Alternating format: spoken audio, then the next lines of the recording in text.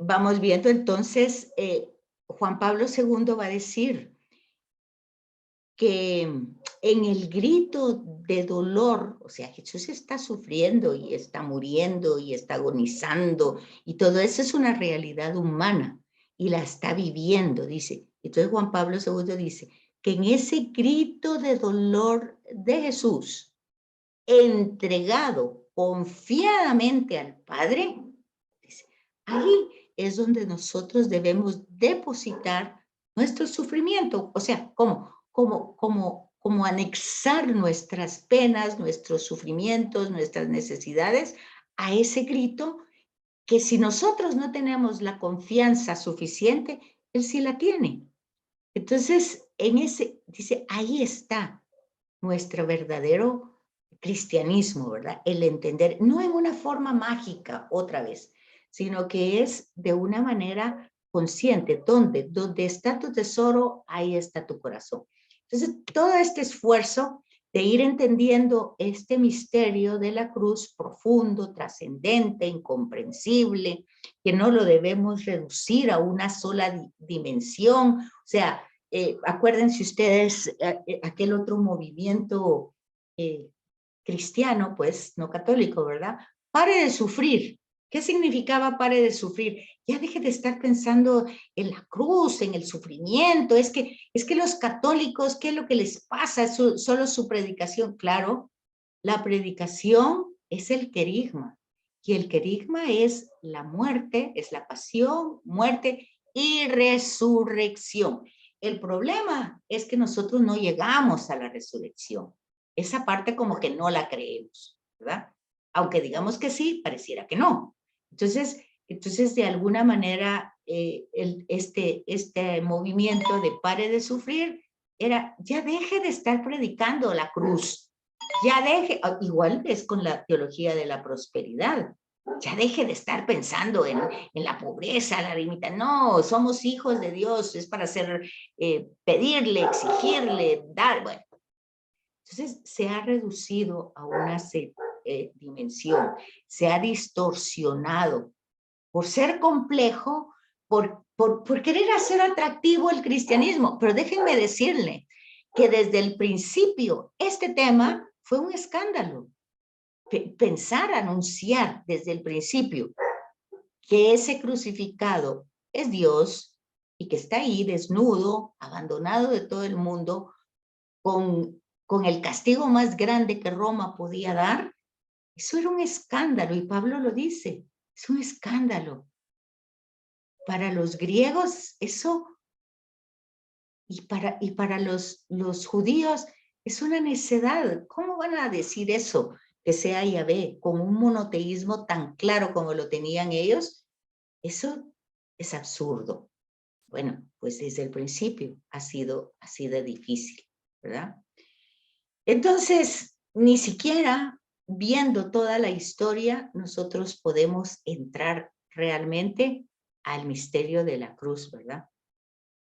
Y tampoco podemos, pues, estar leyendo distintas, ¿qué dijera? Libros de Jesús, ¿verdad? Porque a lo largo, en estas historias que se van escribiendo, por muy bien intencionadas que sean, pues va un poco la personalidad y la creencia del autor. Entonces hay que tener cuidado, ¿verdad? Aquí este esfuerzo es de ir presentando lo que los obispos, pues, pero ¿por qué los obispos? Pues porque al final de cuentas, desde nosotros, lo que nosotros seguimos creyendo es que son los sucesores de los apóstoles, son los guardianes, ¿verdad? Los custodios, ellos, y todos nosotros, pero ellos especialmente, el tesoro revelado. Ellos son los que van dando las interpretaciones, ¿verdad?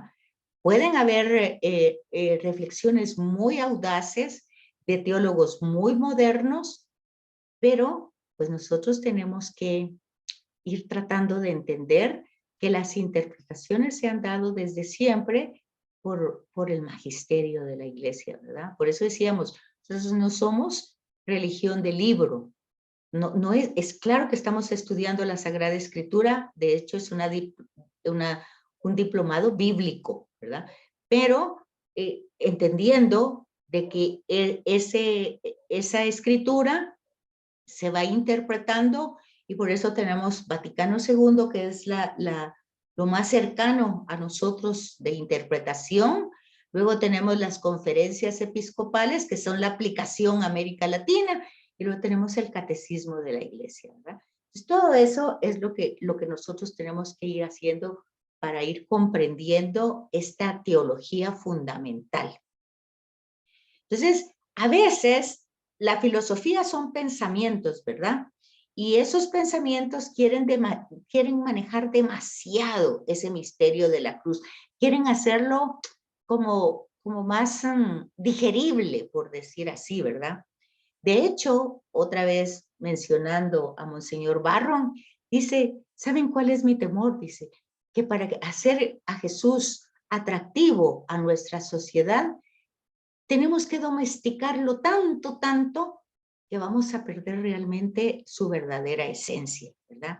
Reducirlo a un instrumento de la teología, no a la teología pura, ¿verdad? Sino que ya aquí lo que va a prevalecer es lo que nosotros pensamos, lo que nosotros creemos. No sé si vieron un videíto que les mandé de Nuestra Fe en Vivo, donde los obispos, justamente son estos mismos, los obispos que han estado en las conferencias episcopales, hablan de lo que es la nueva evangelización. ¿Alguno de ustedes vio ese videíto que les pasé esta semana? Me parece el domingo o el lunes. ¿Alguien lo vio? Yo no, licenciada, yo no. No, pero alguien sí, nadie. Les encargo que lo miren, porque ahí van a entender ustedes cuál es nuestra realidad. Esa no es Pepe Alonso el que está hablando, él está entrevistando como a 5 obispos y ellos presentan la realidad. Pero vean, si no quieren ver a los 5, que dura como creo que el programa de él dura media hora, creo yo, entonces vean los últimos 10 minutos. Y ese obispo, dice Pepe Alonso, este es como la cereza en el pastel, ¿verdad? Él da la síntesis completa de lo que realmente tenemos que hacer y lo que realmente es la evangelización.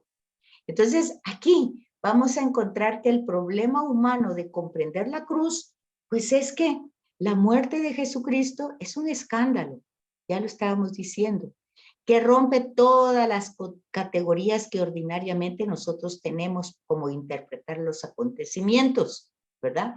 Para nosotros la muerte no solo es una tragedia, es algo así que un poquito como lo que dice Job, ¿verdad? Dios me lo dio, Dios me lo quitó.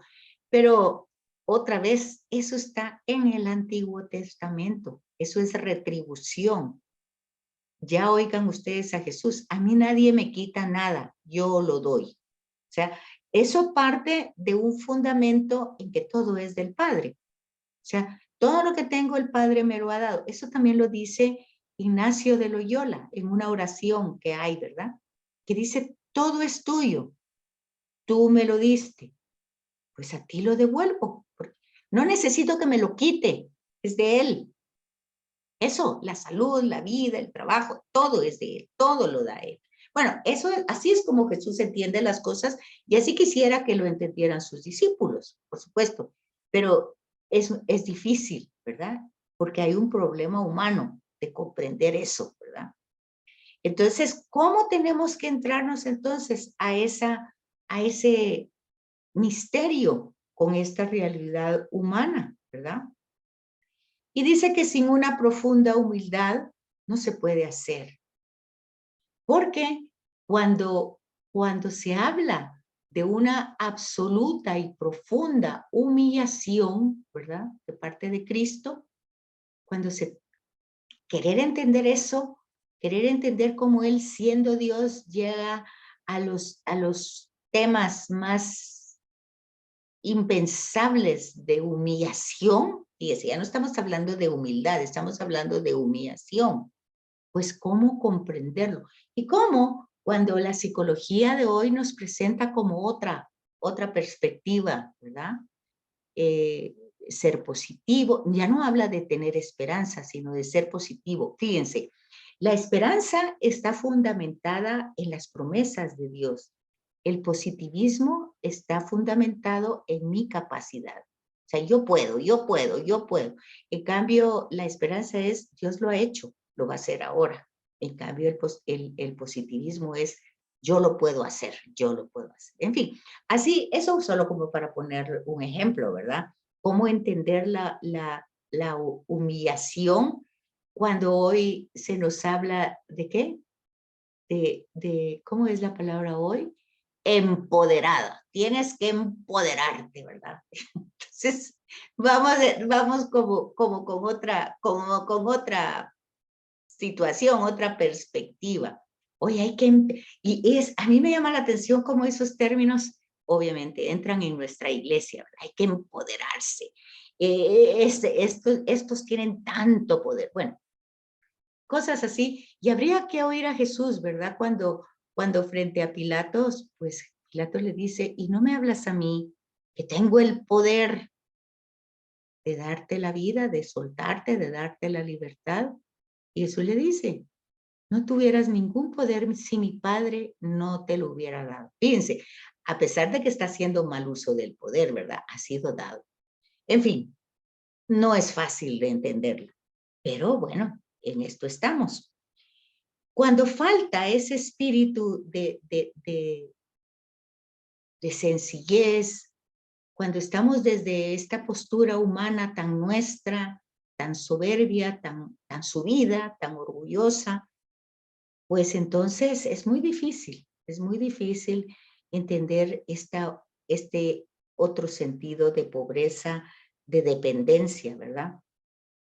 Corremos el peligro de querer apropiarnos para controlarlo, ¿verdad? O sea, voy a renunciar a esto, pero para que me dé otra cosa más grande, ¿verdad? O sea, eso yo lo he visto con mucha facilidad, yo creo que ya se los comenté, con la adoración al Santísimo, ¿verdad? Que me contaba, yo todos los días voy a hacer adoración. No, creo que no es todos los días, es una vez a la semana, una hora, una vez a la semana. Y yo he comprobado, dice, que yo lo que le pido al Señor en esa hora, Él me lo da. Él me lo da. Y entonces, bueno, eso está bien, pues, no digo que no es el sentido, pero bueno. Pero entonces habría que corresponder con tanto más amor. Pero luego seguimos que pide, porque cuando somos ambiciosos no hay nada que nos satisface, ¿verdad? Siempre queremos más y siempre queremos otra cosa. Ya tenemos un carro, queremos dos, ya tenemos esta marca, queremos otra mejor, ya, bueno, en fin. Siempre tenemos manera para estar pidiendo más cosas. Entonces corremos ese peligro de querernos apropiar. Y justamente eso dice este monseñor de lo que, por eso les está haciendo el comentario. Miren los 10 últimos minutos. Dice, ahora no es Dios el que nos revela, sino que nosotros le damos a Él las órdenes de lo que Él tiene que hacer. Y decimos que bendice lo que nos agrada a nosotros, y si no nos agrada, pues entonces nosotros lo rechazamos. Bueno, él hace una reflexión preciosa, ahorita no me recuerdo el nombre de ese obispo, pero vean esos 10 minutos si no quieren ver todo lo demás. Ese querer controlar el misterio, ¿verdad? Según nuestras categorías humanas y reducirlo. O a la ciencia, cuando habla de la ciencia no solamente, pues la psicología es una ciencia, la filosofía es una ciencia, todas son ciencias, pero entonces reducirlo a cualquier tipo de ciencia o de cientificismo, ¿verdad? Entonces, nuestra postura, la que quisiéramos tener, tal vez no la tenemos, pero la que quisiéramos, es la que dice Pablo, ¿verdad? Posiblemente nunca vamos a comprender el misterio en su totalidad, pero por lo menos captando desde el corazón, el oído atento, ¿verdad? El tema de lo que la resurrección de Jesús y la teología del Nuevo Testamento tiene que decirnos para tratar de iluminar el significado de la cruz. Porque yo quiero creer que ustedes ya comprendieron que si no tenemos la historia de Jesús, ni la biografía de Jesús, ni que en el momento histórico de Jesús se escribió nada, porque Jesús no escribió nada, y los apóstoles casi que se murieron antes de que fueran escritos los evangelios.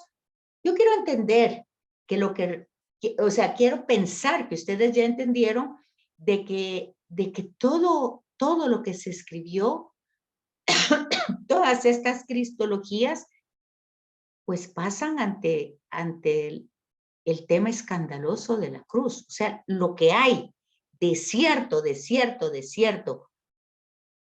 para todos es que a Jesús lo mataron de esa manera espantosa. Y lo que hay de cierto es que él fue como un corderito al matadero.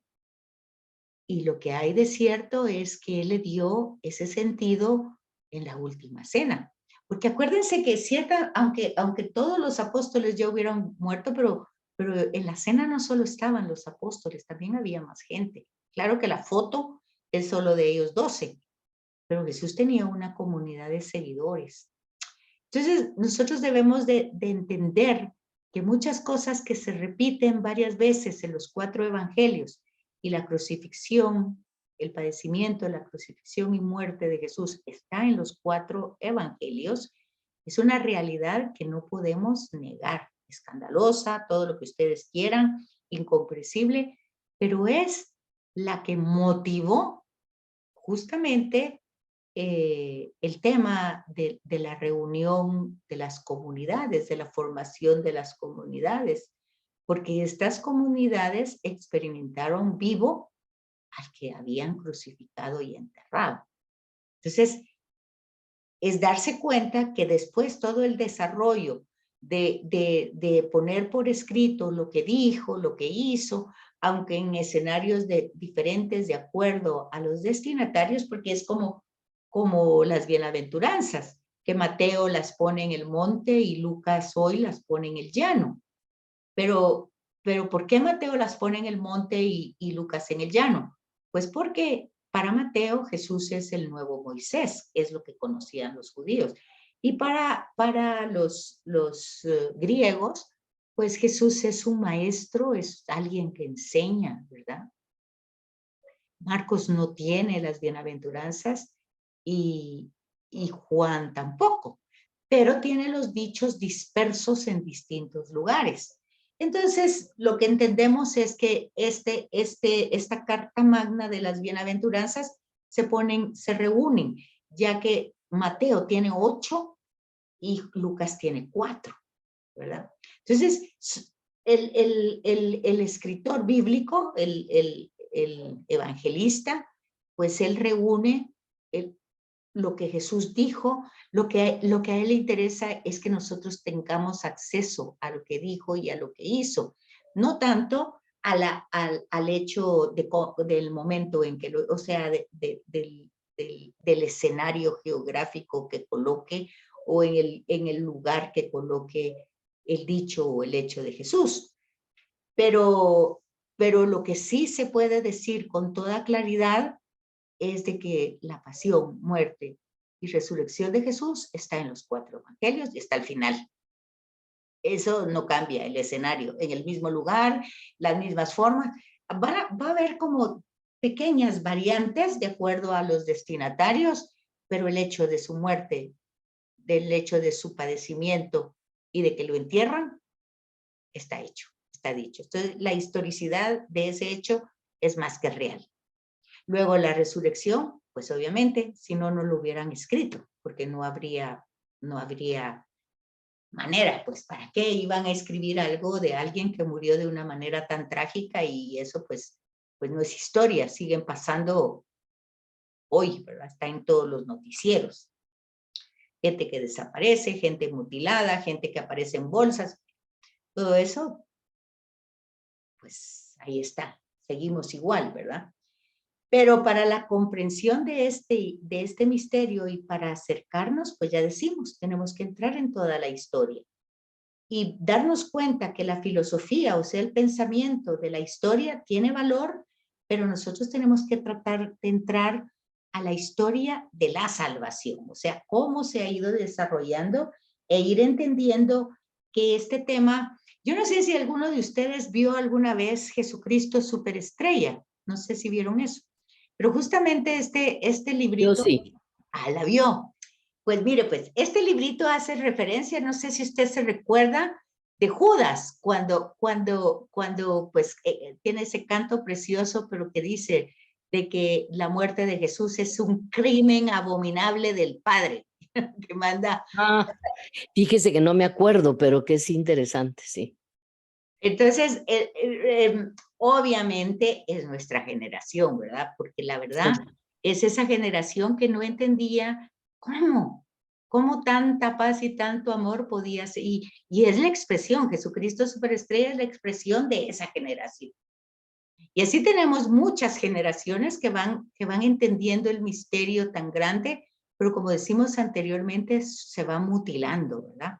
Entonces tenemos que entrar en la historia de la salvación, con los hechos que están desde el principio y darnos cuenta cómo Dios va salvando, va salvando, va salvando con mano fuerte, lo va haciendo, ¿verdad? Todos esos temas transhistóricos, transfilosóficos, todo que va ofreciendo una nueva reflexión, o sea, una nueva teología.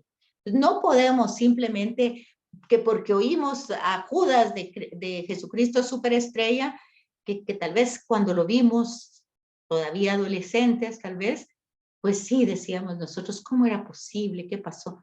Pero poco a poco, con los años y con el estudio y con la reflexión, vamos entendiendo que es un misterio de amor, sobre todo eso, un gran misterio de amor, no fácil, no fácil de captar, menos en nuestra mentalidad actual, que como dice la psicología, primero tú, segundo tú y por último tú. O sea, tú no estés pensando en nadie más, sino que primero, fíjate, tú estás bien, todos los demás, no siempre funciona de esa manera, ¿verdad? Entonces, ese es como el sentido de la teología fundamental que nosotros tenemos que ir viendo. Y luego pues entramos para esos niveles de la comprensión. Y luego entramos así con fuerza, por favor, noten este himno, es bellísimo. Filipenses capítulo 2 del versículo 6 al 11. Ese tendrían que leerlo, no nos da tiempo, pero se los dejo para que lo lean y vean los 4 aspectos sumamente importantes para ir comprendiendo este himno. El vaciamiento de Jesús, que ya hablamos, que es la kenosis, ¿verdad? Este texto ha sido discutido por muchos biblistas, pero lo más importante es que veamos cómo este logos, este personaje, ¿verdad? Renuncia a su divinidad. Eso, fíjense que en toda la mitología, en todo, pues eso no se ve. Los dioses mitológicos, ellos peleaban, batallaban, ellos tenían pasiones, bueno, eran muy similares que nosotros, solo que como divinidades, ¿verdad? Ya pueden entender ustedes un poco al faraón, a los césares, bueno, un poco es la mitología era así. Entonces, el vaciarse de su trascendencia y para encarnarse, pues eso no es fácil de comprenderlo en ninguna mentalidad, ni siquiera hoy, ¿verdad? Ni siquiera hoy. Entonces, tenemos que darnos cuenta que eso también ha tenido un proceso a través de la historia, ya no antes del Antiguo Testamento, sino ya del escrito de los evangelios para nuestra época. Hay muchos periodos, ¿verdad? Hay muchas teologías. Está toda la teología patrística, está la escolástica, todas esas son teologías. ¿Qué quiere decir? Que fue un periodo de tiempo que se pensó de una manera. La teología medieval, ¿verdad? Que angeliza demasiado a la persona de Jesús, ya lo ven ustedes en esas imágenes, todo ese es el medioevo, ¿verdad? Donde se desarrolla la pintura. Ya ven ustedes con la cara de Jesús así, tan femenino, tan así, ¿verdad? tan bonito físicamente, ¿verdad? Esa es la teología medieval, así es como lo ve. Todavía entran un poquito en nuestra época eso, ¿verdad? Pero de alguna manera no entra la humanidad real de Jesús. Eso, fíjense, hasta el siglo XVIII se está queriendo recuperar y ha sido muy, muy, muy difícil recuperar la humanidad de Jesús, ¿verdad? Porque para entender la encarnación, que todavía no la entendemos muy bien, ¿verdad? Eh, ¿Por qué no la entendemos muy bien? Pues porque nos damos cuenta, solo pensamos que es para el 24 de diciembre, con el nacimientito, con lucecitas y todo así tan romántico, ¿verdad? Entonces, démonos cuenta de que la encarnación del Verbo no asumió una naturaleza pura, es decir, un ser humano perfecto, puro, no. El que existía antes del pecado de origen, antes de que el ser humano rompiera con Dios. Esa no fue la naturaleza que asumió Jesús, no asumió esa, la de un hombre puro, ¿verdad? Ideal, sino asumió todo lo que significa nuestra carne pecadora. Ese es el tema. Se vació de todo lo perfecto para entrar en toda la porquería que podía haber en la humanidad. Fíjense, eso no es que lo dicen solo los obispos, eso está en Hebreos, ¿saben ustedes que Hebreos se dice la carta, pero no es una carta? Pero así está dicho, ¿verdad? Ya el estudio filológico y la hermenéutica dicen no es una carta, será una homilía, pero no es una carta, carece de lo que es un saludo, un cuerpo, un desarrollo y una despedida. Entonces, para hablar de la encarnación y de la realidad de esa encarnación por nosotros, con todas las consecuencias del pecado, hay que entender que Jesús se vuelve totalmente solidario, pero miren, con nuestro pecado, o sea, con lo más pobre de nosotros, pues, con el rechazo absoluto de Dios, con nuestras culpas, con nuestra miseria, con nuestra temporalidad, con todo lo que significa la humanidad, nuestras injusticias, nuestras grandes pensamientos humanos, ¿verdad? Nuestras ignorancias, nuestras culpabilidades, presiones, sufrimientos, todo eso. Eso es lo que encarna Jesús. En otras palabras, la encarnación no es solo un momento en el seno de María, sino es todo el proceso histórico de la vida de Jesús, todo el proceso histórico, que empieza, humanamente hablando, en el vientre de María, ¿verdad? Entonces, este himno cristológico tenemos que ubicarlo ahí, desde la historia, ¿verdad? No solo pensarlo, ay, que el ángel se le anunció a María, y que, no, creo que tenemos que ver desde Génesis 1, ¿verdad? Los que hizo al ser humano hombre y mujer, varón y varona, dice, ¿verdad? Isha, en hebreo, ¿verdad? Pero luego vemos más adelante que este ser humano, que en otra narración quiso con sus propias fuerzas ser como Dios. Y entonces vemos aquí todo lo contrario. Un Jesucristo que siendo de condición divina, o sea, que es Dios, pues justamente no lo ve como algo codicioso, ¿verdad? Sino que realmente se despoja, ¿verdad? No trató con sus propias fuerzas de ser igual a Dios. No trató de arrebatar, de usurpar el nombre o la persona de Dios, sino aceptó vivir conforme a la condición propia del ser contingente que nosotros somos. ¿Por qué lo hizo? Por amor solidario a cada uno de nosotros. Por eso es lo importante, que asume nuestros pecados, pero bueno, no es magia. Eso, como dicen otras personas, tuvo un precio muy caro, ¿verdad? Es por eso, y fíjense que cuando dice que es semejante a nosotros, menos en el pecado, pues ustedes pueden ver con claridad, no hubo nada que los separara de Dios. Si dijimos que el pecado es pues la raíz del mal y que significa separarse de Dios, díganme ustedes un momento donde Jesús se separa de Dios. ¿Dónde? Dirán ustedes, bueno, cuando dice, ¿por qué me has abandonado? Pues no, no se separó porque está orando justamente el Salmo 22 o 122, no recuerdo si es el 22 o el 122. El hecho es que es donde más cerca está, ¿verdad? Porque está en su sufrimiento y en su entrega. Pero fíjense qué bonito solo pensar en esa palabra del vaciamiento y cómo ubicarlo en toda la historia de la salvación y cómo ver ese hilo conductor. ¿Qué dicen ustedes? ¿Vamos ahí o no? ¿Sí? Sí, ¿Sí? licenciada. Sí está comprendido. Sí, gracias. Ok.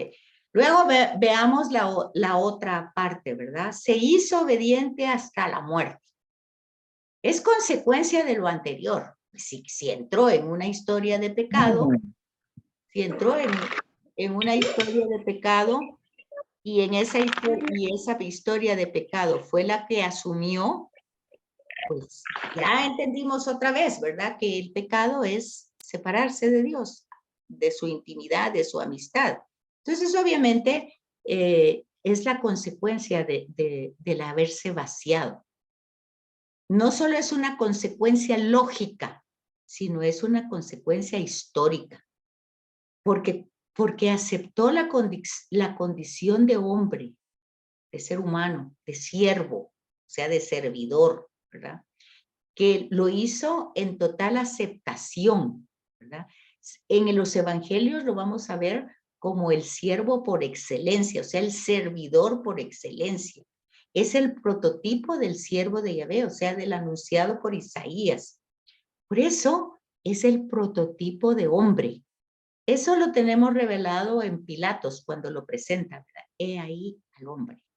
Así como lo ven, todo despilfarrado, todo golpeado, todo humillado, ¿verdad?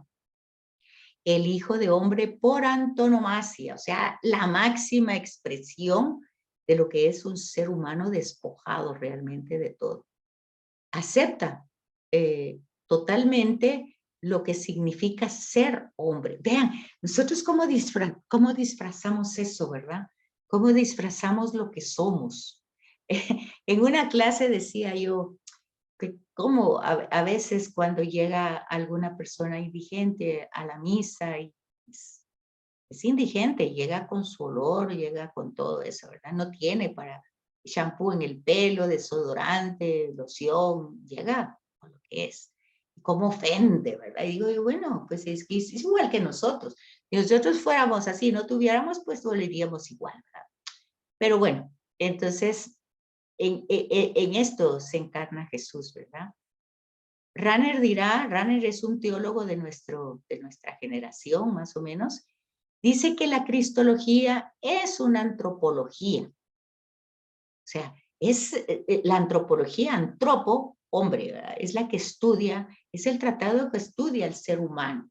Entonces dice que la cristología, o sea, que es el tratado que estudia a Cristo, que responde quién es Jesucristo, pues verdaderamente es lo que es realmente el ser humano. ¿Y qué es el ser humano? Pues en su radicalidad es pobre. Depende, desde pequeño depende. Y esa dependencia, pues Adán no quiso. Ese es el primer pecado de origen, ¿verdad? Adán no quiso depender. Quiso ser como Dios, ¿verdad? Quiso ser igual que Dios. Y en cambio aquí vemos a un Jesús que renuncia a todo eso, que se vacía a sí mismo, ¿verdad?